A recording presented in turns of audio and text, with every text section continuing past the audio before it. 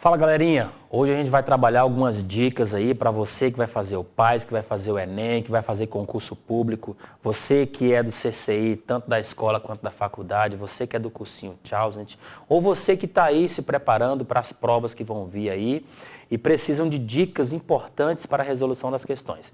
Eu vou tratar aqui de alguns assuntos que geralmente estão em provas e que muitos candidatos têm dificuldade na hora de resolver as questões. Então eu vou começar aqui com um conteúdo batido, repetido, que muita gente erra.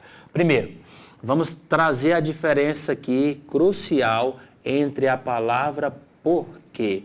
Vou trazê-la logo nas suas duas modalidades separada, tá bom? Acompanhado da preposição por.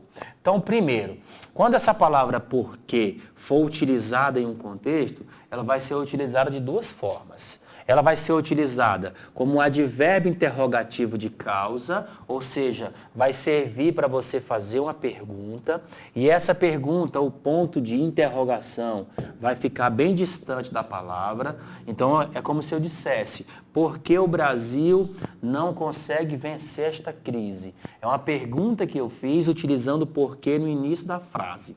Se eu utilizei esse porquê no início da frase, você não vai poder colocar acento de jeito nenhum nele. Por quê? O que diz a gramática? O que será acentuado quando ele estiver próximo de ponto. Ou seja, a pergunta começará daqui. Ou seja, as pessoas não têm medo da doença. Por quê? Perceba que eu joguei o porquê para o final da frase.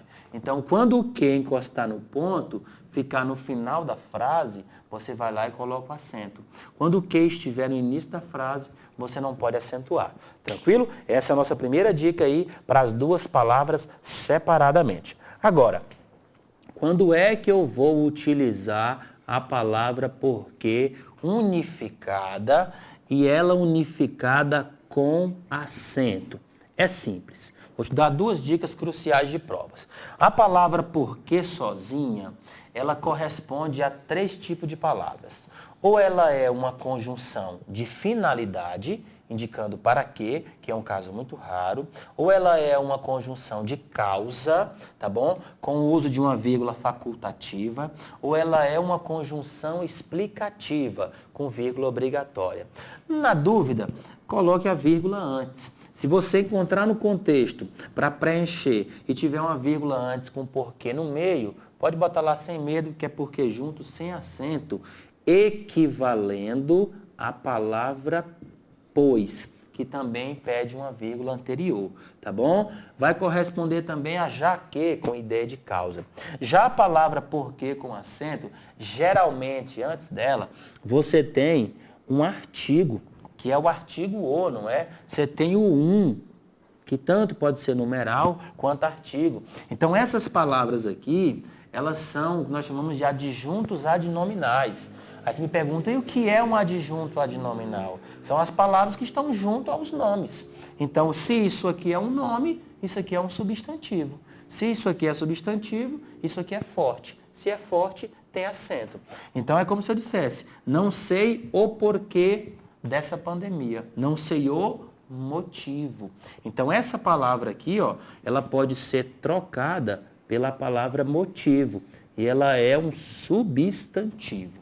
Então, toda vez que você for fazer uma prova, você vai lembrar que aqui tem duas palavras. Eu poderia trocar, por exemplo, aqui pela expressão pelo qual. Que, qual. Então, eu digo assim, olha, o lugar por que passei era esburacado. O lugar pelo qual. Perceba que eu não fiz uma pergunta. Eu utilizei aqui uma preposição, mais um pronome relativo. Agora, quando eu faço a pergunta, por que resolvi passar por aquele lugar? Aí é um advérbio interrogativo de causa, tá bom? Esse porquê exclusivamente aqui, ele é utilizado próximo à pontuação para que essa acentuação exista. O que perto de ponto é tônico, o que longe de ponto é átono. Então, eu só vou acentuar o que se ele estiver perto de um ponto ou se ele vier depois de palavras determinadoras de substantivo. Então, se tem artigo, tem acento. Se tem ponto, tem acento. Tranquilo? Então, essa é a dica aí para o uso dos porquês. Maravilha?